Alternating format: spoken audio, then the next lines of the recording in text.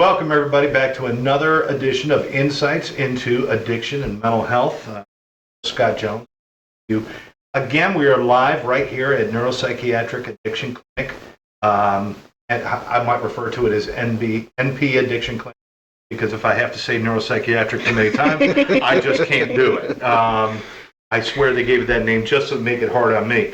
But anyway, as we're watching the show and as you have questions, you can certainly check out their website, npaddictionclinic.com. Yes, that's where you can put the NP, npaddictionclinic.com. Give them a call, send them an email, whatever you need to do, carrier pigeon. Get the answers you need. They're all here for you. And we're sitting now with Alexa Blecker? Yes. Blecker. I almost said Blecher. Blecker. Everybody says that. Yeah, okay, I won't. It's Polish. Is that what it is? Yeah, it's Polish, actually. Oh, okay. See, I got a name Jones. Everybody gets it right. Except for one time in San Diego when somebody called me Jonas. But it was the only time it's ever. So Alexa Blecker and Ron Daigle. Say Don Daigle. I don't know. I've never gotten that before. I think I know a Don Daigle. I used to know one in Jersey. Have you ever been a lawyer in New Jersey? No, but I'm told I should be a lawyer. Okay. Well, there is one in New Jersey with that name. But anyway, Ron Daigle. You guys are both case managers. Correct. Yes. So, but that's not the only hat you wear. I mean, I want to make sure people understand. Nobody here wears one hat, do they? No, they don't. Is there a reason for that? Oh, well, that's what we do. And we have to work together as a person, what we're able to help each other out, the client's experience, and recovery. Excellent. Well, that's good. That's good. See, you're so nervous. Just relax. Oh, I'm not nervous. So, tell me about how long you've been here and how you feel about neuropsychiatry. I've been with neuropsych in its inception post-COVID. So, basically from the beginning right now. I was also previously here as an intern in my early MSW prior to COVID. So, came back.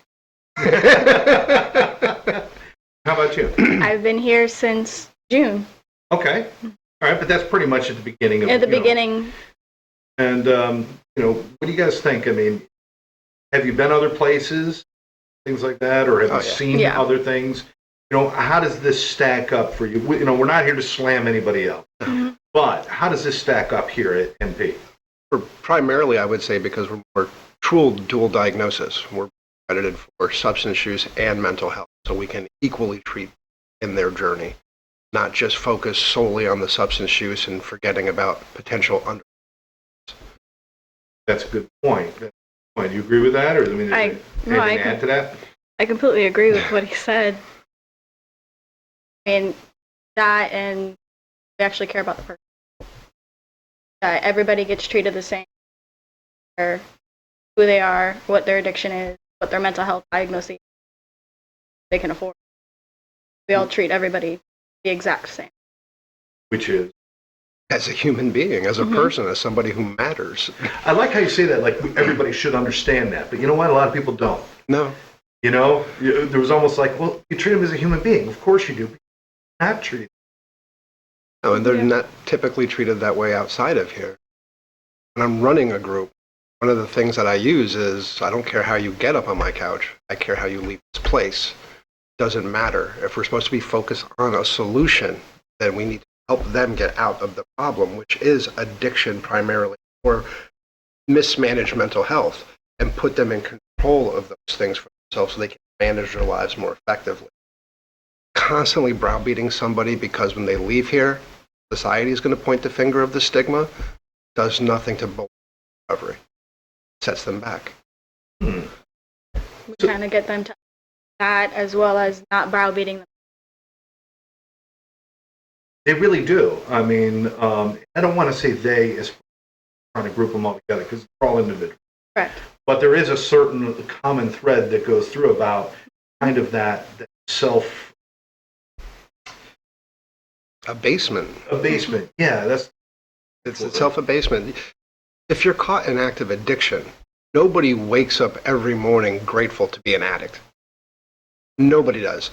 They even fight the change process initially when they get to treatment facilities, because sometimes the devil you know is much easier to accept than the angel you don't. It's a whole change process. It's not just maladaptive behaviors into good behaviors. It's not just bad thoughts into good thoughts. It's a whole life change. So many of them, addiction or mismanaged mental health has become their sole survival. By the time they get to us, that survival tool is no longer effective for them. And now they're struggling with not knowing how to handle life on any terms, let alone on terms. Wow. I want to hang out with you. We're both just, okay. Case management position, that puts you in a real kind of a state of mind. When you're dealing with somebody who doesn't feel like they can handle outside life, but your job is to get them to handle outside life. Right. I mean, what makes that so difficult? What kind of things do you deal with? I think the one thing that we deal with a lot is self-doubt, and that's kind of the driving force of maybe some resistance when we start to try to plan, charge, or try to talk, is they get comfortable here. And the reason being is because we do treat them as individuals, as humans. For a lot of them that walk through this door, they've never been treated like that before, their entire life, from childhood to adolescence. Yeah, I know. Sometimes the biggest act of kindness they've had is when the officer puts their hand on their head so they don't hit it on the way into the back of the group.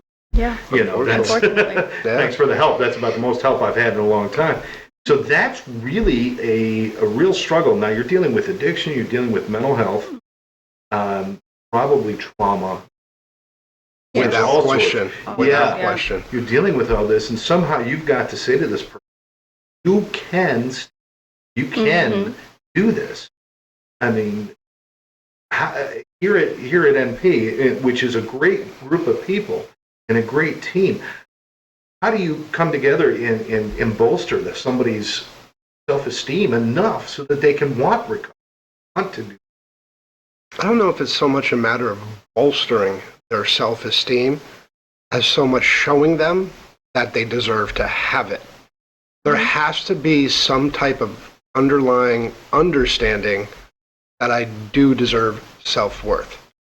It's not so much about, what's the old line? You can't love anybody else until you love yourself. Right. I don't believe that, because sometimes how can you love yourself if you've never been shown what love is? Sometimes somebody has to show you what love is or what compassion is so you can understand self-compassion. So it's really just so much showing that that's a possibility. It's, in my opinion, basic CBT.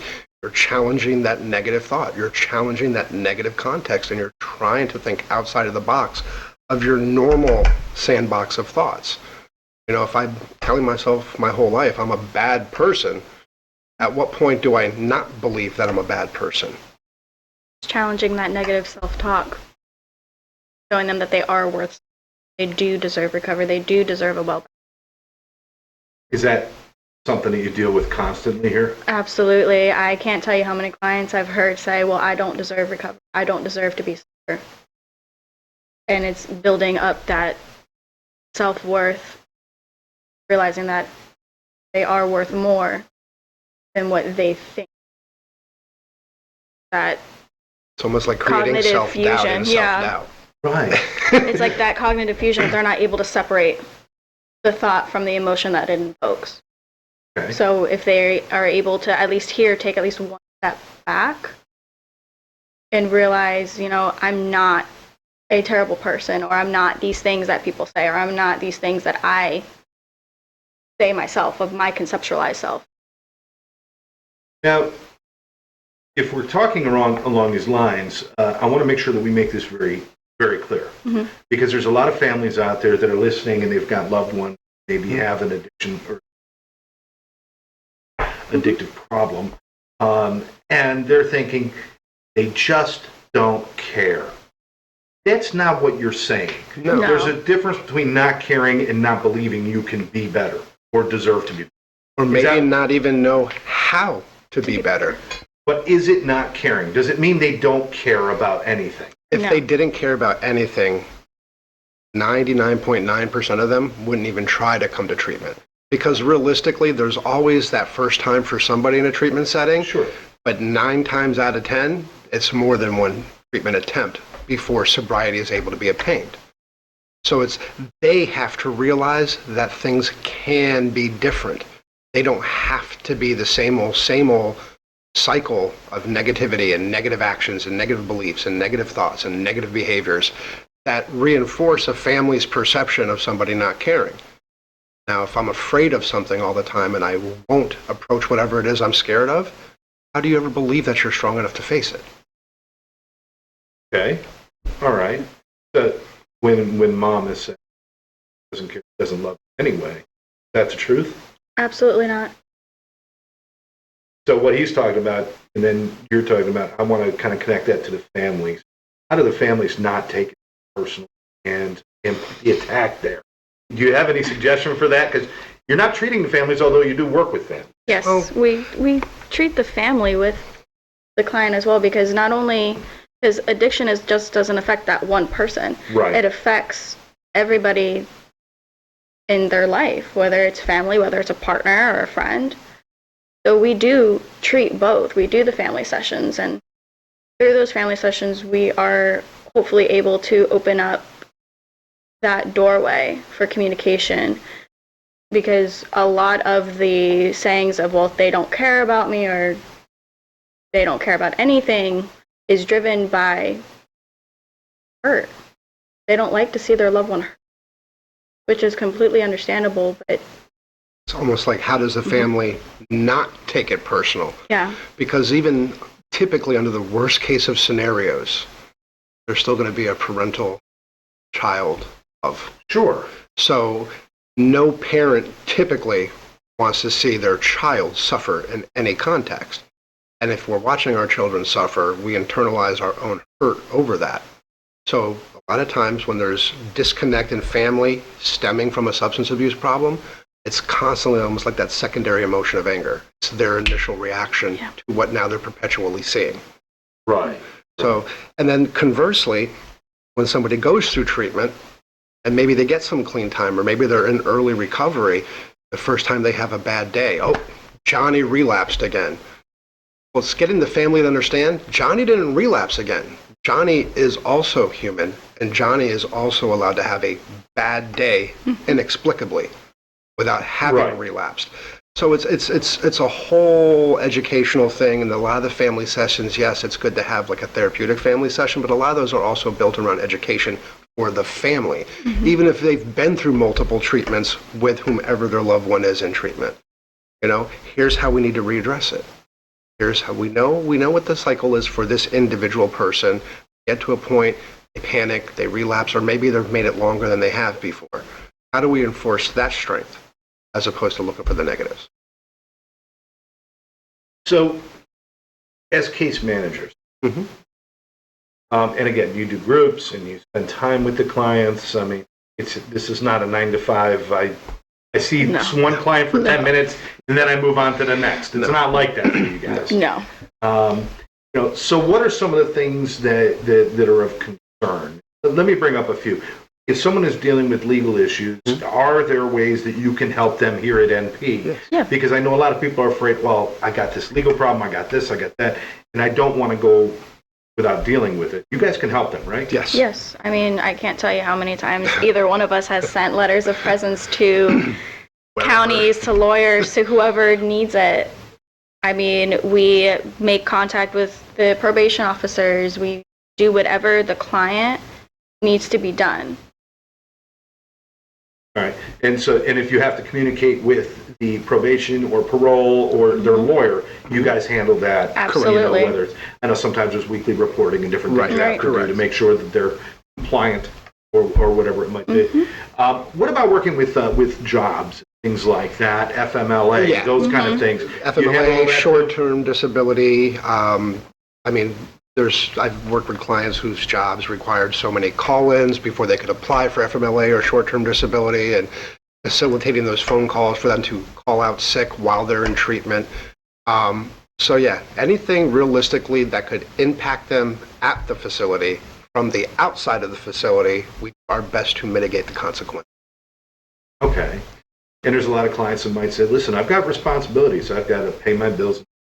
Those are things you can help facilitate from here as well. I mean, it's not like you cut them off from the outside world and they're not allowed to make their car payment. The last thing we want them here is to come in here to save their life, to go home to no life. Right. So we try to get that all on the table. It does require a lot of honesty from the patient or the client side. Hey, look, I have this, and this. So we can be like, okay, let's plan appropriately.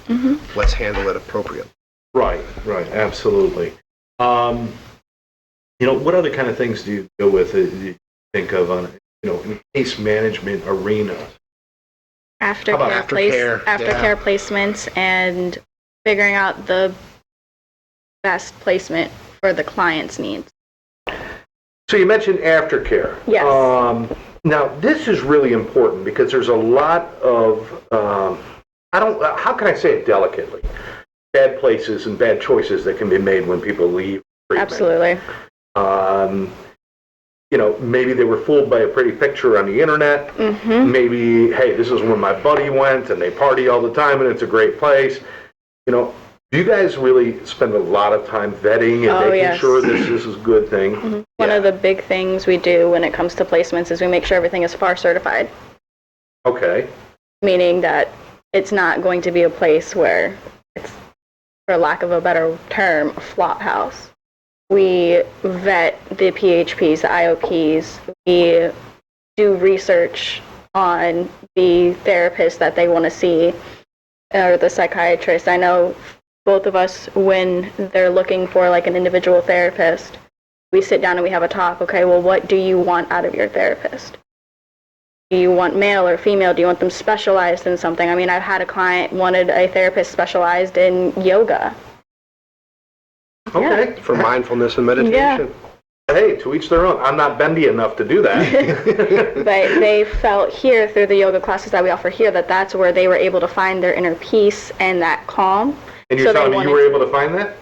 I was able to find a therapist that was certified in chair yoga, which is a session that they do, and it's a mindfulness and meditation technique. Chair yoga? Chair yoga, yeah. So, like lazy boy yoga? I like that, because I could pull the chair back. I don't think it's a lazy boy. It might be one of these, but... So there are, like, tons of different services out there. You just need somebody to help you find the right fit for you, and one that is obviously, you mentioned FAR. I want to, if you don't know what that is, it's Florida Association of Recovery Residences. Thank you very much. That's what I do. Yeah, Steve's going to kick my butt for not knowing that. And they go through and they make sure that they're doing the right things, have the right coverage, and everything is up to speed. And we're actually legally bound to only refer to our residents. That is something that came up just the last couple of years, that you have to do that, so that's good. If they're out of town, now maybe they don't want to stay down here in Florida. Nice here in Florida, but, my home is in Ohio. What are you going to do for me then?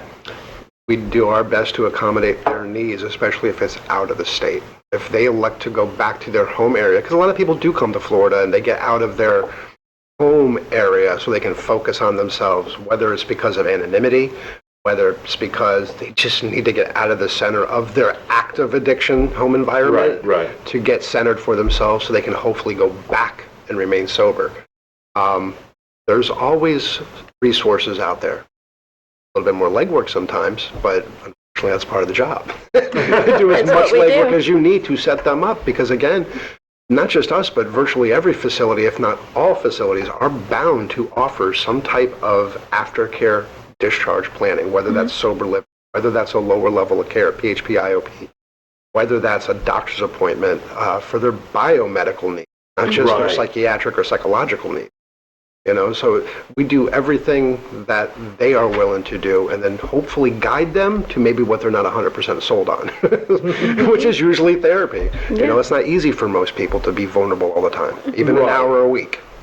Hopefully they've gotten a little taste of it in here, where they realize, hey, it's not that bad, and I can continue it, and at least it doesn't have to be 7 days a week like it is here.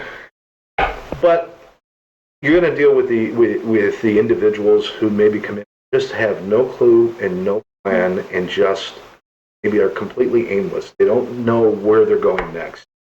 You obviously just can't just say, fine, don't do anything. Now, how do you deal with that, or what kind of things do you do here at MP to help them with? Well, I think the first step with that we do personally as case managers is their initial case management visit.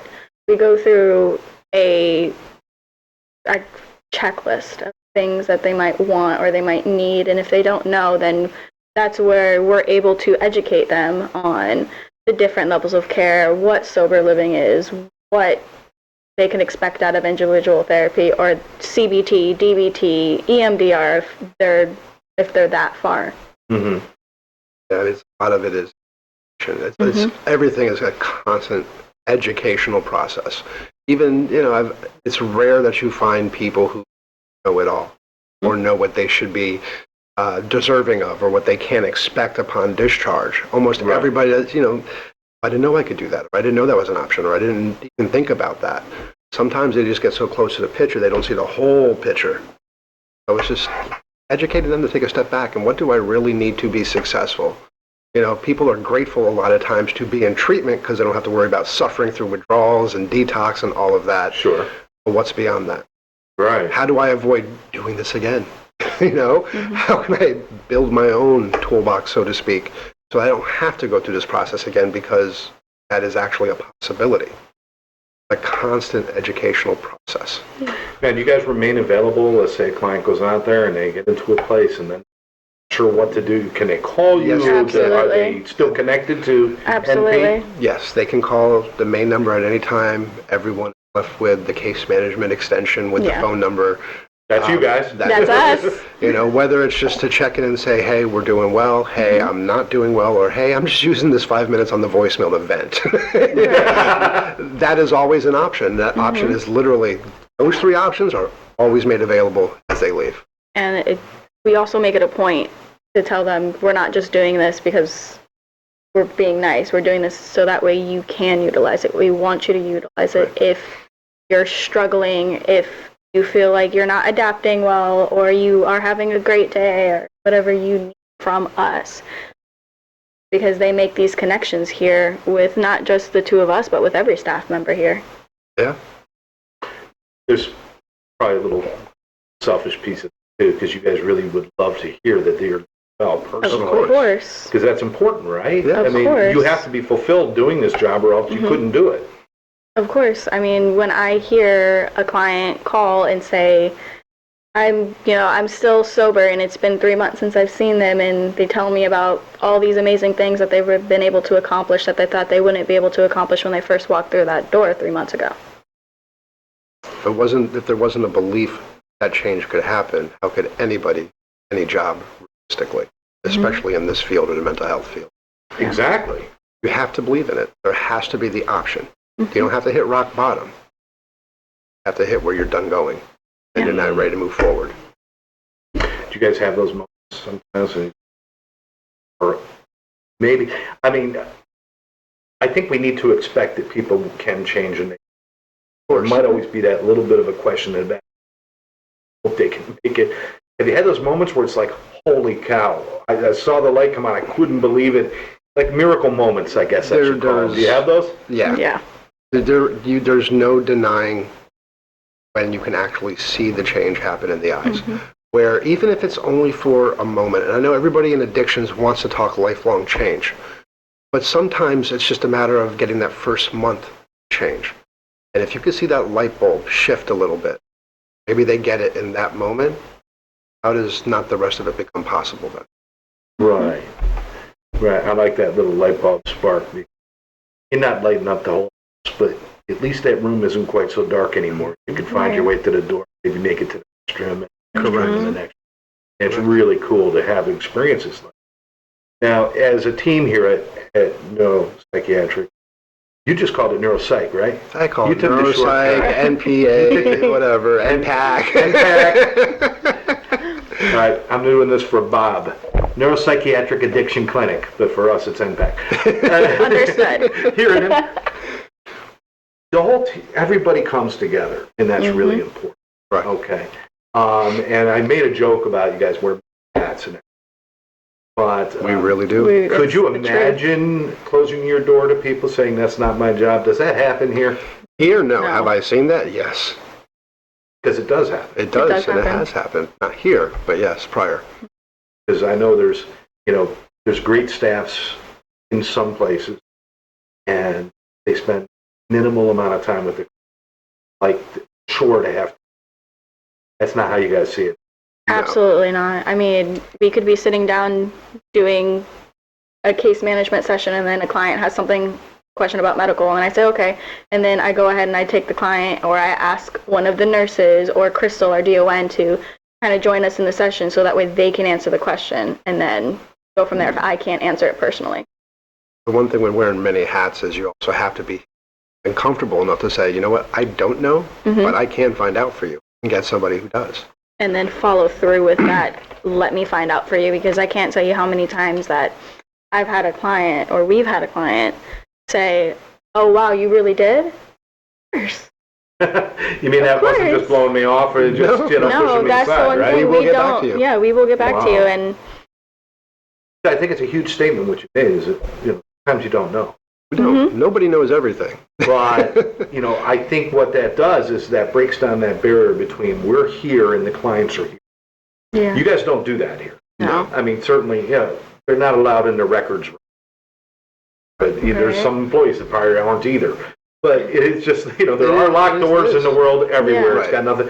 But when it comes to your interactions and everything else, there is none of this hierarchy. We're better than you are. No, Absolutely not. I mean, should there be a differential? Of course, because they're coming to us for help. Well, certainly. That being said, the only thing that really separates us is that we have more practice in what we're preaching than they do. That's it.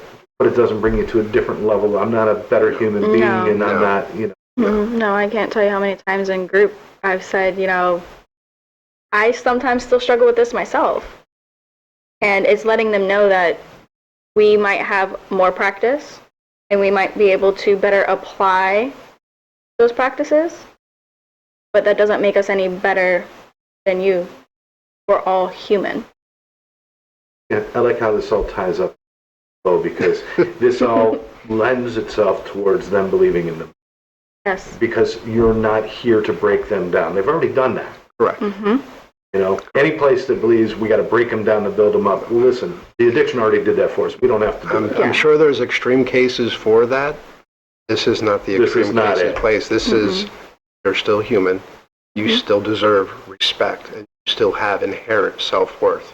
Now it's just getting you to recognize. So if somebody out there is looking at neuropsychiatric, it's a long name. We're not going to hide it. It's a long name. If they're looking at us and they're saying, yeah, I've heard this talk before, because they have. They've seen it. They've seen the pretty pictures, and they've seen the people go on TV.